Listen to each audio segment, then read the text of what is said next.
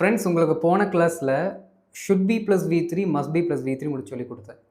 அது உங்களுக்கு புரிஞ்சிருக்கும். ஆனால் ஒரு சிலருக்கு பார்த்தீங்கன்னா, இந்த டு பிக்கு அடுத்து V3 வந்தால் என்ன அர்த்தத்தில் வருதுங்க அப்படிங்கிற மாதிரி யோசிப்பீங்க. ரொம்ப சிம்பிள் ஃப்ரெண்ட்ஸ். அதாவதுங்க, டு பி நம்ம எங்கே அதிகமாக யூஸ் பண்ணுவோம் அப்படின்னா, எந்தெந்த மாடல்ஸ் கூட டூ சேர்ந்து வருதோ அது கூட ஆட்டோமேட்டிக்காக பி சேர்ந்துடும். ஃபார் எக்ஸாம்பிள், ஹேஸ் டூன்னு இருக்குங்களா ஒரு வார்த்தை, அப்போ ஹேஸ் டு பி. ஹேவ் டுன்னு ஒரு வார்த்தை இருக்கா, ஹேவ் டு பி. ஆட் டுன்னு ஒரு வார்த்தை இருக்கா, ஆட் டு பி. நீட் டுன்னு ஒரு வார்த்தை இருக்கா, நீட் டு பி. அப்போது இந்த மாதிரி எந்தெந்த மாடல்ஸ் கூடலாம் டூ வருதோ ஆட்டோமேட்டிக்காக பி சேர்ந்துடும். ஆனால் அர்த்தம் என்ன? ஷுட்டுக்கு என்ன தமிழாக்கம் வச்சுருந்தோமோ அதே அர்த்தம் தான் இந்த ஹேஸ் டு ஹேவ் டுக்கும் வரும். ஹேவ் டு ஹேஸ் டுனா என்ன அர்த்தம்? வேண்டும் அப்படின்னு அர்த்தம். வேறு எந்த சேஞ்சஸும் கிடையாது. ஷுட்டுக்கு போட்டு அதே மீனிங் இங்கே போடுங்க, வந்துடும்.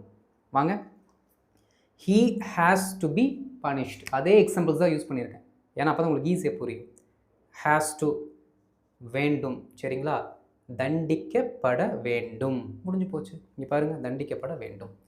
இதில் ஹைலைட் என்ன அப்படின்னா, ஹீக்கு நம்ம என்ன யூஸ் பண்ணுவோம்? ஹேஸ் தான் யூஸ் பண்ணுவோம். ஹீ, ஷீ, இட்டுக்கு ஹேஸும், ஐவி, யூ, தேக்கு ஹேவும் யூஸ் பண்ணுவோம். அதனால ஹீக்கு ஹேஸ் வந்துருச்சு. புரியுதுங்களா? அடுத்து பாருங்கள், they have to be respected.